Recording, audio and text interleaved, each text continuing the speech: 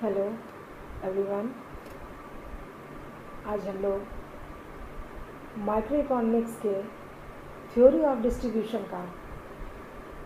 Classical और Ricardian theory of rent discuss करेंगे। Theory of consumer behaviour, theory of production आप लोग पढ़ चुके हैं, और थ्योरी ऑफ डिस्ट्रीब्यूशन में आप लोगों ने अभी तक लेबर की थ्योरी पढ़ी है,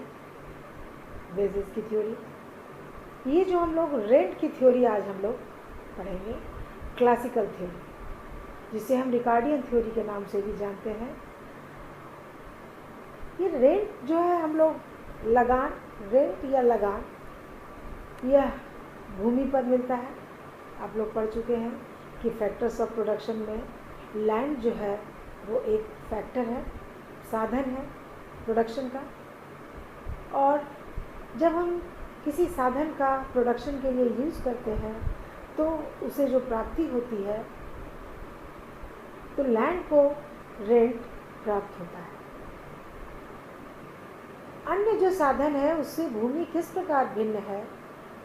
भूमि सबसे सर्वप्रथम तो इस प्रकार अन्य साधनों से भिन्न है कि एक तो इसका सप्लाई जो है वो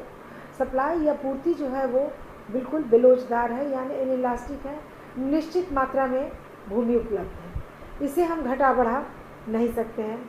यह मनुष्य द्वारा उत्पादित नहीं की जाती है, और भूमि को जो है घटा बढ़ा नहीं सकते हैं, लेकिन इसको जो है विभिन्न सुधारों द्वारा भूमि को हम लोग नालियों की व्यवस्था करके, सिंचाई की व्यवस्था करके, फर्टिलाइजर्स वगैरह का यूज़ करके भूमि का प्रोडक्टिविटी को बढ़ाया जा सकता है। तो भूमि के बारे में हम लोग कह सकते हैं कि यह जो है, चूँकि इसे मानो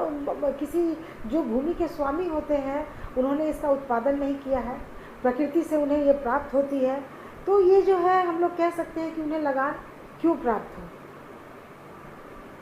उनकी लिए उन्हें जो लगान प्रोडक्शन उनका उन्होंने किया नहीं है, तो उस पर उनकी कोई ऐसी लागत नहीं है, तो उन्हें जो है वो अतिरेक या सरप्लस जो है वो लगान के रूप में प्राप्त होता है। इसके लिए हम लोग कह सकते हैं कि लगान का जो प्रतिष्ठित सिद्धांत है वह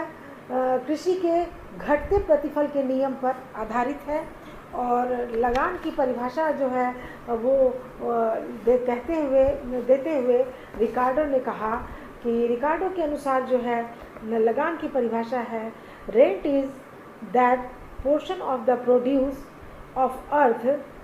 which is paid to the landlord for the use of the original and indestructible power of the soil। जो है कि भूमि को उसकी मूल और अविनाशी शक्तियों के लिए जो है लगान प्राप्त होता है, कि वो अगर हम पैदा नहीं कर रहे हैं उसे, उसका उत्पादन नहीं हो रहा है, तो उसे अविनाश भी नहीं कर रहे हैं। वो उसकी शक्ति क्या है? अविनाशी है, ओरिजिनल है, उसमें वो प्रोडक्टिविटी की जो है ओरिजिनल पावर उसके अंदर होता है। यह जो है लगान, इन्होंने रिकार्डो ने कहा कि रेंट जो है दो कारण से पैदा होता है। एक पहला कारण जो उन्होंने बताया वो उन्होंने बताया स्कार्सिटी रेंट या दुर्लभता लगान, और दूसरा उन्होंने बताया डिफरेंशियल रेंट यानी कि भेदात्मक लगान। तो सबसे पहले हम लोग बात कर लें दुर्लभता लगान की। तो उसमें उन्होंने एक उदाहरण के द्वारा कहा कि मान लीजिए कि एक कोई नए द्वीप का, इससे कि हम लोग इससे अच्छे से आसानी से समझ सकेंगे इस एग्जाम्पल के द्वारा, मान के चले कि एक नया आइलैंड है, और उसमें जो है जिसकी अभी ही खोज की गई है, जहाँ की पॉपुलेशन अभी कम है। तो अगर कुछ लोग आकर वहाँ बस गए हैं तो वहाँ पर क्या है, मान के यहाँ पर रिकार्डो मान के चल रहे हैं कि जितनी भी भूमि है उसका प्रोडक्टिविटी बिल्कुल एक समान है। भूमि में किसी प्रकार का कैटेगराइजेशन नहीं है कि कोई भूमि ज़्यादा उपजाऊ है, कोई कम है, ऐसा वो नहीं मान रहे हैं। वो मान रहे हैं कि इस द्वीप पर, इस आइलैंड पर जितनी भी भूमि है वो सबके सब एक समान उत्पादक है। तो इस शब्दों में हम लोग कह सकते हैं कि अगर उसमें चूँकि उसकी मात्रा स्थिर है और प्रोडक्शन भी उसका स्थिर है, तो उस कारण से जो है यहाँ पर और एक और वो मान्यता लेकर चल रहे हैं कि संपूर्ण भूमि का उपयोग सिर्फ खेती के लिए, अन्न उपजाने के लिए किया जा रहा है, और उस पर जो है श्रम और पूंजी के द्वारा अन्न का उत्पादन करेंगे। नेचुरली जब भूमि अबंडेंस में है तो और पॉपुलेशन कम है, तो ऐसी स्थिति में जो है इसको हम लोग एक डायग्राम के द्वारा समझने का प्रयास करते हैं।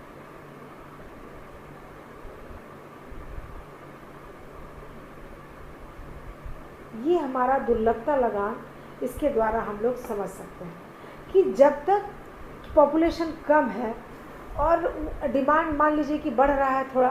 तो डिमांड अगर अनाज का डिमांड, अन्न का डिमांड बढ़ रहा है, तो ऐसी स्थिति में जो है जो उनका पूंजी और श्रम पर जो लागत उठा रहे हैं उतना ही उसका कीमत तय होगा। जैसा कि इस डायग्राम में हम लोग देख रहे हैं, इस डायग्राम में इसमें हम लोग क्या देख रहे हैं कि ये हमारा लॉन्ग रन LAC कर्व है और एवरेज कॉस्ट कर्व है, और जिसमें कि प्राइस कहाँ डिसाइड हो रहा है, ये लागत का जो न्यूनतम बिंदु है उस पर L पॉइंट पर मार्जिनल कर्व LMC है हमारा, और इस पर हम लोग देख रहे हैं कि जहाँ पर एक दूसरे को ये लोग कट रहे हैं कर रहे हैं, वहाँ पर जो है हमारा प्राइस डिसाइड हो रहा है। प्राइस है OP प्राइस पर जो है, चूँकि भूमि हमारी जो है दुर्लभ है और अभी लेकिन कुछ ही पॉपुलेशन है, इस कारण से जो है प्राइस उतना ही डिसाइड होगा जितना कि श्रम और पूंजी, लेबर और कैपिटल पर जो उनका सीमांत उत्पादन या सीमांत लागत है उसके बराबर जो है उनका सीमांत लागत के बराबर ही जो है उनका डिसाइड करेगा कि सीमांत लागत और LAC दोनों यहाँ पर एक दूसरे को कट कर रहे हैं, एवरेज कॉस्ट, उसी पर कीमत डिसाइड होगा। ये कब तक होगा? जब तक कि संपूर्ण भूमि का यूज़ नहीं हो जाता है। जितनी भूमि उस आइलैंड पर है, अगर डिमांड बढ़ता है, मान लो पॉपुलेशन बढ़ता है, कुछ नए लोग बस कर आ जाते हैं या जो लोग बसे हुए थे उन्हीं के द्वारा पॉपुलेशन और बढ़ता जाता है, तो जब पॉपुलेशन बढ़ रहा है तो ऐसी स्थिति में क्या होगा कि तब तक यहीं पर इनका इक्विलिब्रियम या इतना ही सीमा, प्राइस इतना ही रहेगा OP के बराबर तब तक जब तक कि जितनी भी अनुपलब्ध भूमि है सब पूरी की पूरी यूज़ ना हो जाए। मान लो कि अब पॉपुलेशन इतना बढ़ जाए कि जितनी भूमि थी उसको पूरा अन्न उपजाने के लिए यूज़ कर लिया गया, और डिमांड बढ़ने पर, पॉपुलेशन और ज़्यादा बढ़ने पर ऐसी स्थिति में क्या हुआ कि अब उसी भूमि को ज़्यादा सघन रूप से, ज़्यादा अकुशल यूज़ करके, और मान लीजिए उसमें नई टेक्नोलॉजी का इस्तेमाल करके और नए टेक्नोलॉजी के इस्तेमाल से, और उसमें जो है या उर्वरक का, फर्टिलाइजर्स का यूज़ करके उसका ज़्यादा कुशल, ज़्यादा इंटेंसिव यूज़ अब भूमि का किया जाएगा। तो जब उसका ज़्यादा इंटेंसिव यूज़ करेंगे तो नेचुरली उसका जो है कीमत बढ़कर P से Q हो जाएगा।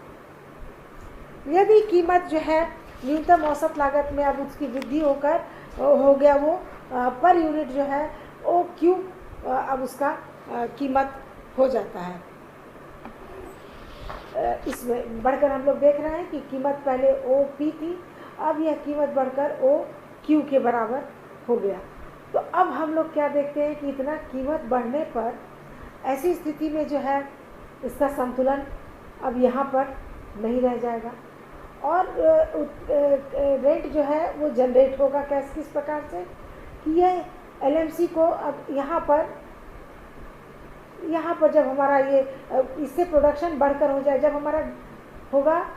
OQ, जब हमारा कीमत होगा OM, प्रोडक्शन जब बढ़ाएंगे तो कीमत बढ़कर हो जाएगा OQ के बराबर। कीमत कैसे हम लोग तय करते हैं? एवरेज कॉस्ट से। मार्जिनल कॉस्ट OM-H के बराबर अब कीमत निर्धारित हुआ, और इसका जो पर यूनिट ये कॉस्ट है इसका, और पर यूनिट जो हमारा ये कॉस्ट आ रहा है वो कितना आ रहा है EM- के बराबर, जबकि वस्तु का जो अन्न का जो कीमत डिसाइड हुआ वो ज़्यादा है। तो ऐसी स्थिति में FEHQ के बराबर उसे एक्सेस कीमत प्राप्त हो रहा है। तो ये जो एक्सेस, उसे जो अतिरिक्त प्राप्त मिल रहा है, जो सरप्लस बच रहा है उसके पास, उसी को हम लोग रेंट कहेंगे कि ये सरप्लस जो है अब किस कारण से पैदा हो रहा है? ये भूमि की दुर्लभता की वजह से। क्योंकि अगर इस प्रकार की भूमि और ज़्यादा मात्रा में होती तो यह लगान पैदा नहीं होता, क्योंकि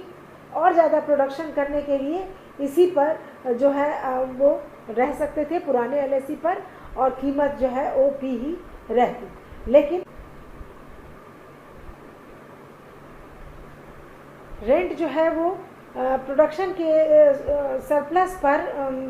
जो प्रोडक्शन कॉस्ट है उसका सरप्लस जब उससे ज़्यादा मिल रहा है, उससे ज़्यादा मिलता है, जितना उसका प्रोडक्शन का कॉस्ट है, श्रम और पूंजी पर जो लागत आ रही है उससे ज़्यादा जब उसे इनकम प्राप्त होता है तो उसे हम लोग कह सकते हैं कि वो सरप्लस है और वही जो है रेंट उसको जनरेट कर रहा है। तो ये तो था भूमि की दुर्लभता की वजह से जो लगान पैदा होता है। दूसरा जो है वो है भूमि के जो है भेदात्मक लगान, जिसे हम कहते हैं डिफरेंशियल रेंट या भेदात्मक लगान। इसके अनुसार मार्शल ये रिकार्डो जो है वो इसमें मानते हैं कि यह लगान पैदा होता है डिफरेंट कैटेगरी की भूमि के कारण, कि अगर भूमि उनके पास हमारे पास इस प्रकार की है कि मान लो जितनी समस्त उपलब्ध भूमि है उसको 3 कैटेगरी में बांटते हैं, ए, बी और सी कैटेगरी। इसमें वो मानते हैं कि ए कैटेगरी की भूमि जो है वो सबसे ज़्यादा उपजाऊ है, सबसे ज़्यादा पसंद की जाने वाली भूमि है, और अगर उत्पादन करना है तो सबसे पहले जो किसान है या जो भी भूमि का वो यूज़ कर रहे हैं वो ए प्रकार की भूमि को चूज़ करेंगे। और वो इस प्रकार हम लोग देख रहे हैं कि ए प्रकार की भूमि में यहाँ पर वो प्रोडक्शन कर रहे हैं, ओ एम के बराबर प्रोडक्शन हो रहा है और इस पर प्राइस पी के बराबर डिसाइड होता है। लेकिन फिर मान लीजिए कि अब उसका डिमांड बढ़ जाता है, अन्न का पॉपुलेशन बढ़ जाए और अन्न का डिमांड बहुत ज़्यादा हो जाए, तो ऐसी स्थिति में क्या देखते हैं हम लोग कि 2 उनके पास ऑप्शन है कि या तो ए प्रकार की भूमि का ही इंटेंसिव यूज़ किया जाए, श्रम और पूंजी पर लागत और ज़्यादा लगाकर और टेक्नोलॉजी नॉलेज का यूज़ करके और फर्टिलाइजर्स वगैरह का यूज़ करके, और वो क्या करें कि ए प्रकार की भूमि का इंटेंसिव या सघन यूज़ करें, या फिर वो जो बी प्रकार की भूमि है जो थोड़ी कम उपजाऊ है लेकिन अभी वो अप्रयुक्त है, जिस पर कि अभी यूज़ नहीं किया गया है, उसका इस्तेमाल करें। तो उस पर जो है हम लोग क्या देख रहे हैं कि प्रोडक्शन कॉस्ट ज़्यादा है, और ये जो हमारा ये मार्जिनल लैंड है, अभी सीमांत लैंड, जब हम बी प्रकार के लैंड को यूज़ करने लगते हैं तो हम लोग क्या देखते हैं कि प्रोडक्शन बढ़कर इस पर प्रोडक्शन जो है ओ एन प्रोडक्शन हो रहा है, और इसमें जो है संतुलन कहाँ हो रहा है, प्राइस बढ़कर हो जाता है पी पी वन प्राइस हो जाता है, जिस पर कि ए प्रकार की भूमि में भी अभी हम सघन यूज़ करके ए प्रकार की भूमि में भी जो है प्रोडक्शन कर रहे हैं और बी प्रकार की भूमि में भी यूज़ कर रहे हैं। तो P1 प्राइस जो पैदा होता है इसमें बी प्रकार की भूमि पर कोई लगान प्राप्त नहीं होगा, क्योंकि उसका अभी यूज़ हुआ है और उसका सीमांत लागत जो है वो एवरेज सीमांत औसत लागत के यहाँ पर दोनों एक दूसरे को टच कर रहे हैं, क्रॉस कर रहे हैं, और इसका जो है इसका जो श्रम और पूंजी पर जो लागत है वो ओ पी डैश के बराबर ही है, तो उसको प्राइस भी मिल रहा है ओ पी डैश, और इसका जो है कीमत भी लागत भी है ओ पी डैश, इसलिए बी प्रकार की भूमि पर कोई लगान प्राप्त नहीं हो रहा है। लेकिन ए प्रकार की भूमि पर हम लोग क्या देख रहे हैं कि प्राइस P1 हो गया, लेकिन उसका जो कीमत जो है, लागत जो है वो औसत लागत कहाँ पर रह गया, H पर। ये जो हमारा H पॉइंट है यहाँ पर औसत लागत है, तो हम लोग क्या देख रहे हैं P dash E H K के बराबर जो है यहाँ पर लगान प्राप्त हो रहा है। तो एक प्रकार की भूमि पर लगान मिलने लगता है और बी प्रकार की भूमि पर लगान नहीं मिलता है। अब मान लो कि और ज़्यादा प्रोडक्शन